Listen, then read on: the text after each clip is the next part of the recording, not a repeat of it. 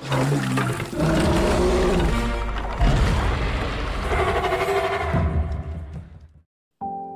teman-teman, selamat datang di Cha Movie. Kali ini kita akan membawakan sebuah film berjudul Prey, bercerita tentang gadis pemburu yang berusaha melawan predator tak kasat mata. Bagaimana ceritanya? Tanpa berlama-lama lagi, kita langsung saja masuk ke alur ceritanya.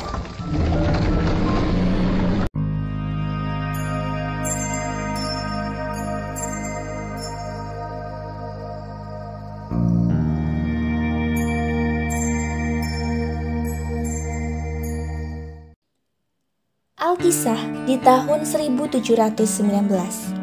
Hiduplah seorang gadis dari suku Comanche bernama Naru.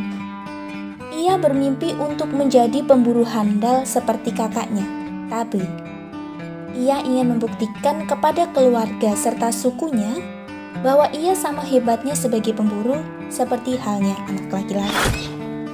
Suatu ketika, Naru akan memangsa seekor rusa bersama anjing kepercayaannya. Ia sudah bersiap dan mengambil ancang-ancang. Namun lagi-lagi rusa tersebut berhasil lolos. Tiba-tiba terdengar gemuruh dari langit dan Naru menyaksikan seperti komet sedang jatuh dari atas langit. Namun pada kenyataannya, komet itu merupakan pesawat ruang angkasa yang menjatuhkan predator. Tabe menyuruh Naru untuk tinggal di rumah saja dan membantu ibu. Biar Tabe saja yang berburu. Tabe ini memang jago sekali dalam hal berburu. Ia pun sudah terlatih dari kecil. Suatu ketika, suku tersebut gempar karena Puhi dimangsa oleh singa gunung. Para prajurit pun berburu singa tersebut untuk menyelamatkan Puhi. Naru senang karena Tabe, kakaknya, membolehkannya untuk ikut berburu. Ia kini memiliki kesempatan untuk membuktikan kemampuannya dalam berburu. Puhi ditemukan tergeletak dengan bekas cabikan singa. Anehnya, Puhi masih hidup dan singa tak terlihat di sekitar sana. Puhi pun dibawa kembali ke perkemahan, sedangkan Tabe akan tetap berburu dan menangkap singa gunung tersebut. Naru ingin ikut bersama kakaknya, tapi Tabe menolak. Naru akhirnya kembali ke perkemahan bersama para prajurit lainnya. Di perjalanan pulang, Naru menemukan ular besar yang dikuliti habis-habisan dan terdapat jejak tertinggal sebesar jejak beruang raksasa yang membuatnya semakin yakin bahwa benar ada suatu makhluk predator berbahaya. Naru pun berlari untuk mencari kakaknya. Ia khawatir akan terjadi apa-apa dengan Tabe. Karena adiknya ngotot, Tabe akhirnya mengizinkan Naru untuk berburu singa dengannya. Namun Naru terganggu dengan suara predator di kejauhan yang membuatnya terjatuh dan hampir saja diterkam oleh singa. Untung saja Naru ditolong oleh Tabe, lalu dibawa kembali ke perkemahan. Tabe kembali ke perkemahan dengan membawa bangkai serta kepala singa. Ia disanjung-sanjung oleh para anggota suku. Atas kehebatannya dalam berburu, akhirnya Tabe diberikan gelar sebagai kepala perang. Naru memberitahu Tabe bahwa mereka harus pergi dan memburu makhluk misterius ini. Tabe menolak. Kalaupun memang ada makhluk itu, Tabe yang akan menghadapinya seorang diri. Karena kesal terus dianggap remeh, Naru pun memutuskan untuk pergi dengan anjingnya untuk memburu makhluk itu seorang diri. Pencarian Naru membawanya ke dalam bahaya. Seekor beruang mengetahui keberadaannya dan berusaha untuk menerkamnya. Naru berusaha memanah beruang tersebut, namun busurnya rusak. Ia benar-benar dalam bahaya. Dalam situasi menegangkan ini, Naru menyaksikan predator besar tak kasat mata menyerang beruang tersebut. Dengan mudah makhluk tersebut mengalahkan beruang. Melihat itu Naru ketakutan dan mencoba untuk kabur. Naru akhirnya selamat dengan berenang menyusuri sungai. Dalam perjalanan kembali ke perkemahan, Naru bertemu dengan para prajurit suruhan Tabe. Ternyata mereka sedang mencari Naru. Naru pun menceritakan apa yang ia alami, namun tak ada seorang pun yang percaya padanya.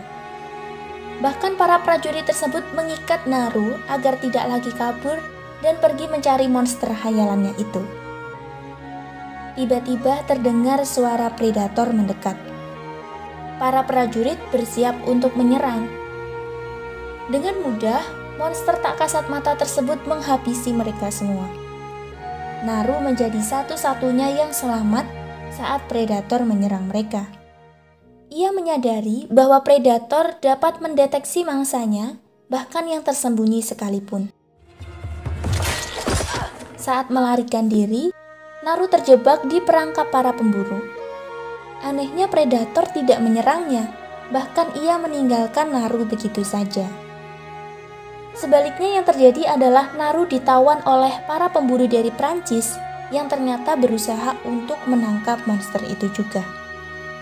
Mereka juga menangkap kakak Naru dan mengikat mereka berdua untuk dijadikan umpan dalam menangkap alien tersebut. Monster yang ditunggu-tunggu pun datang. Tabe terlihat begitu khawatir dan merasa hidupnya dan hidup adiknya akan berakhir saat itu juga. Para pemburu telah bersiap di kejauhan untuk menyerang monster tersebut. Rasanya monster itu tak tertarik pada Tabe dan Naru yang terikat di pohon. Alien tersebut malah menyerang para pemburu. Tembakan pistol, tusukan pisau, tak ada satupun yang melukai sang monster. Sebaliknya dengan mudah monster itu membunuh para pemburu. Naru kini mengerti satu hal. Monster tersebut saat itu juga tidak menyerang Naru saat kena jebakan pemburu, dan malah pergi begitu saja. Begitupun saat ini, melihat Naru yang terikat sebagai umpan, monster itu tak menyerangnya sedikit pun. Ia memberitahu Tabe bahwa monster itu hanya menyerang sesuatu yang dianggapnya sebagai ancaman. Di saat serang menyerang antara monster dan pemburu terjadi, Naru mencoba untuk melepaskan ikatan tali tersebut dan akhirnya berhasil kabur. Naru tak tahu apakah monster itu dapat terbunuh. Tabe meyakinkan adiknya bahwa jika mereka berdua bersatu, pasti bisa mengalahkan monster tersebut. Naru masih sibuk mencari anjingnya. Ia tak bisa kembali ke perkemahan tanpa sari anjingnya. Tiba-tiba terdengar suara monster itu mendekat. Naru bersembunyi ketakutan. Sari datang dan terus menggonggong. Monster itu bersiap menyerang Sari. Tabe datang dan menyerang monster itu menggunakan panahnya. Ia bertarung habis-habisan. Awalnya Tabe dan monster terlihat sama-sama kuat, hingga si monster mengeluarkan jurus menghilang. Tabe tetap waspada dan berjaga-jaga. Ia menyuruh Naru untuk cepat kembali ke perkemahan. Monster tersebut tak akan menyerangnya, karena monster itu hanya menyerang sesuatu yang dianggap sebagai ancamannya, yakni Tabe. Dari belakang, monster menyerang Tabe hingga ia mati terbunuh dengan sadis. Naru pergi untuk meloloskan diri. Ia tak percaya kakaknya mati terbunuh di depan matanya sendiri. Tanpa kakaknya, apakah ia bisa menghadapi monster itu seorang diri? Kabar bahwa Tabe telah tiada sudah terdengar di penduduk perkemahan. Ibu begitu terpukul mendengarnya. Apalagi putrinya sampai saat ini pun belum kembali. Ia hanya bisa berharap Naru baik-baik saja dimanapun Naru berada. Dari kejauhan, Naru melihat pimpinan pemburu yang saat itu melukai kakaknya dan menjadikan mereka umpan. Ternyata pemburu itu masih bertahan hidup dengan luka parah di kakinya.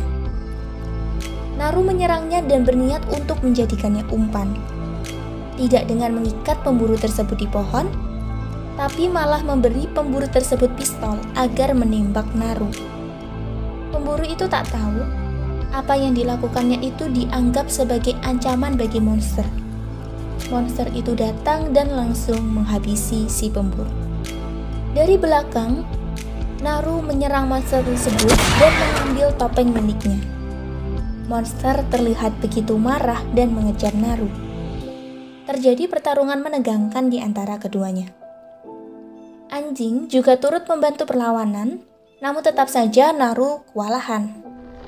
Untung saja monster tercebur dan tenggelam di pasir isap. Apakah itu akhir dari pertarungan ini? Monster itu kembali muncul dan mengeluarkan sorot laser tembakan ke Naru. Bagaimana kira-kira endingnya? Percaya nggak percaya, monster itu terbunuh. Jadi, topeng monster itulah yang mendeteksi adanya ancaman. Tepat si monster akan menghabisi Naru, topeng ini menganggap si monster itu ancaman dan membunuh sumber ancaman tersebut. Naru tak percaya, ia berhasil mengalahkan monster itu. Dari perkemahan jauh di sana, ibu melihat Naru berjalan ke arahnya. Ia datang dengan membawa kepala monster tersebut. Para penduduk bersorak gembira. Mereka bangga pada Naru. Akhirnya Naru pun diberikan gelar sebagai kepala perang, seperti yang selama ini ia impi-impikan.